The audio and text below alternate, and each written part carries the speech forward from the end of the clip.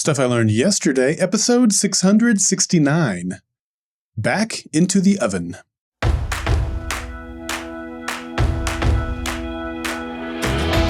Welcome to Stuff I Learned Yesterday. My name is Daryl Darnell. I love my wife's made-from-scratch white chocolate chip cranberry cookies. And I believe that if you aren't learning, you aren't living. Well, I launched this podcast in the spring of 2014, and one of the first stories I told gave a contrast of two people visiting Chicago. One of those people was approached by a homeless person who complimented their shirt.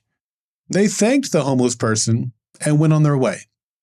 The other person in the story saw a homeless person on the street and started looking around to see how they could help. They went to their hotel room, gathered up a few things, and returned to the homeless person to give them the makeshift care package. That story, which was told in episode 19, was based on two different visits to Chicago. I was the one with the shirt who did nothing. My 12-year-old daughter, Addi, was the one who made the care package. That 12-year-old girl will be 23 in less than a month. And she is not the same person she once was. That visit to Chicago made quite an impact on her. It was her first time out of Oklahoma City, first time on an airplane, and first time seeing homelessness up close. She hated it and felt deeply compelled to do something, anything. So she went up to our hotel room and gathered as many hygiene supplies, food, and water as she could, and created as many care packages as she could. It was not an isolated event. In fact, it's still something she does to this day. Every time she travels, she saves as many of the toiletries from the hotel as she can. She brings them home and saves them. And then when I travel, I do the same and bring them home to her. Then, when she travels, she puts together Ziploc bags full of these supplies. And then she adds in granola bars and other small food items, as well as water powder that has vitamins and electrolytes. And once she arrives at her destination, she typically grabs fresh fruit as well. And then, as she walks around the city, she looks for opportunities to help someone.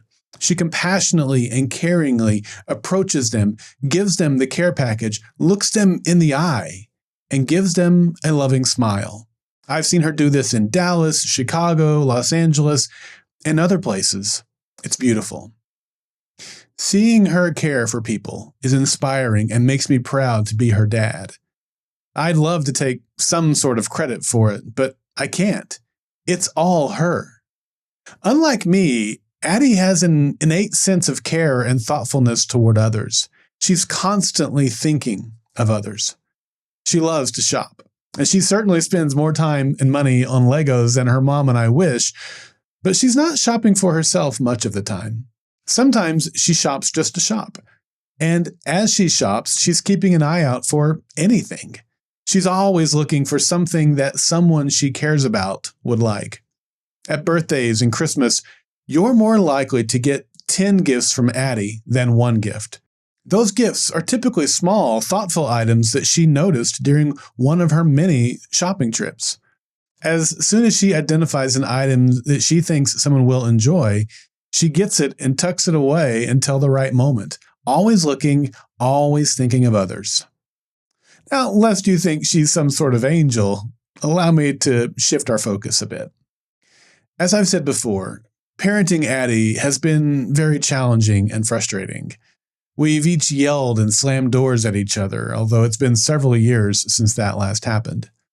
But these past few years have not been without challenges and frustration either. When she graduated high school, she opted to take a gap year. She made this decision completely on her own without ever telling us or asking us about it. And while we were not happy that she didn't seek our insight, we were fine with her taking a gap year.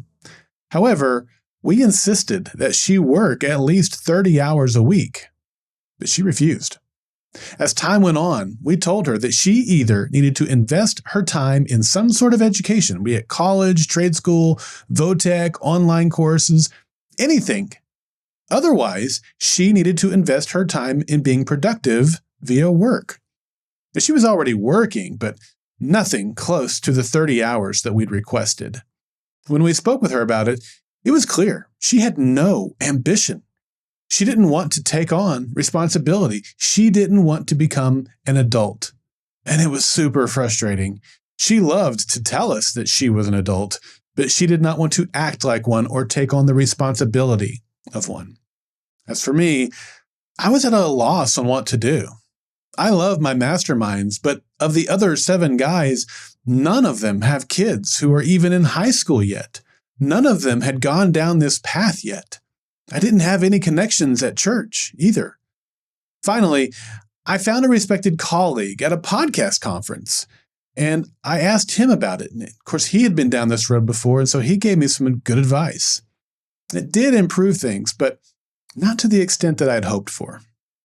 Well, eventually things started to change. Addi started volunteering in the kids area of our church, and it turns out she loved it like nothing she'd ever done before. She excelled at it. Eventually, they offered her a paid position, and she accepted it. Months later, one of our other campuses started a Mother's Day Out program. Addi applied to be a teacher, and they hired her.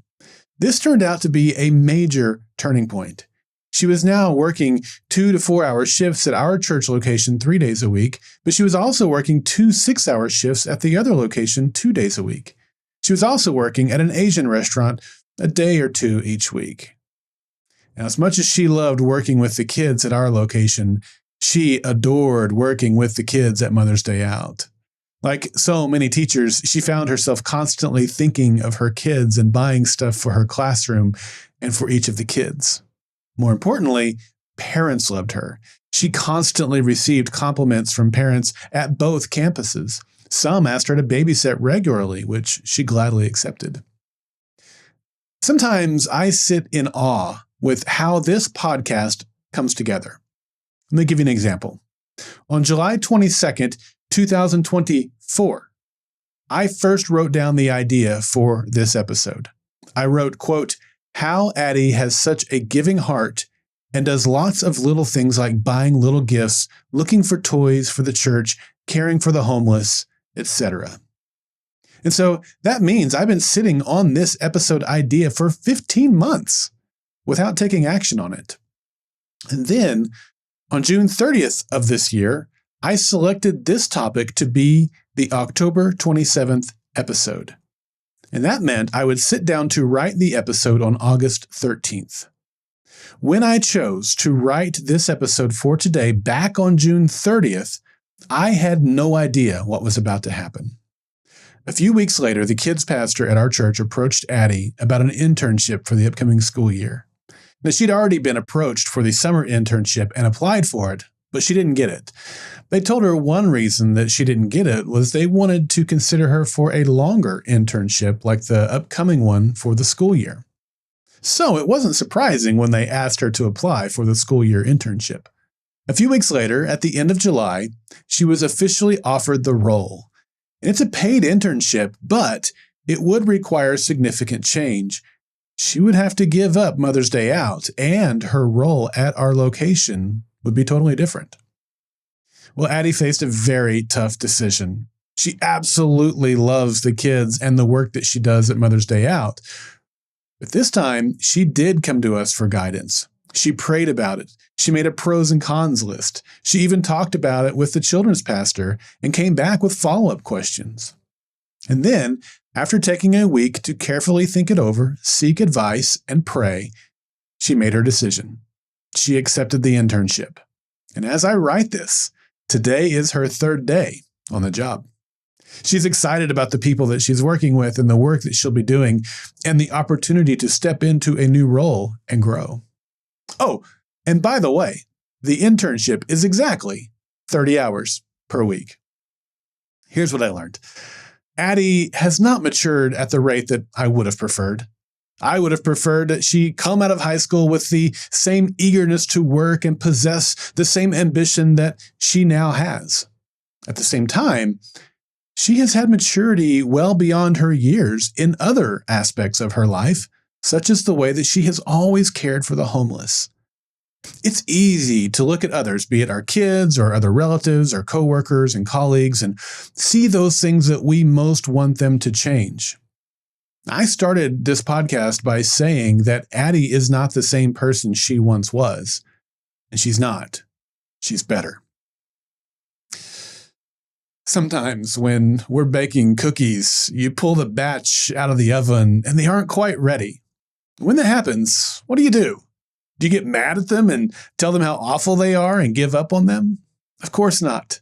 You stick them back in the oven and carefully attend to them until they've baked just the right amount of time. We would be wise to realize this is not just true about others, but it's true about us too. A year from now, each of us should be able to look back at today and declare, I am not the same person I once was. Be brave and humble enough to examine yourself and identify areas that need more time in the oven. Challenge yourself to take on new challenges and grow. Invest in making yourself a better worker, parent, mentor, friend, spouse, and student. Your future self will be glad you did, and those who care about you most will be too. I'm Daryl Darnell, and this has been Stuff I Learned Yesterday. Well, I want you to be a part of the next Monday Mailbag on December 29th. Monday Mailbag is your opportunity to share what you've learned so that other listeners and I can learn from you. It can be a message as short as 30 seconds, or it can be several minutes long. It really doesn't matter, just as long as it's something that will benefit others. You can send in questions or responses to my SILY episodes, and I'll respond to them via Monday Mailbag episodes. You can participate in Monday Mailbags by visiting the Golden Spiral Media listener feedback page at goldenspiralmedia.com/feedback, or send me an email at feedback@goldenspiralmedia.com.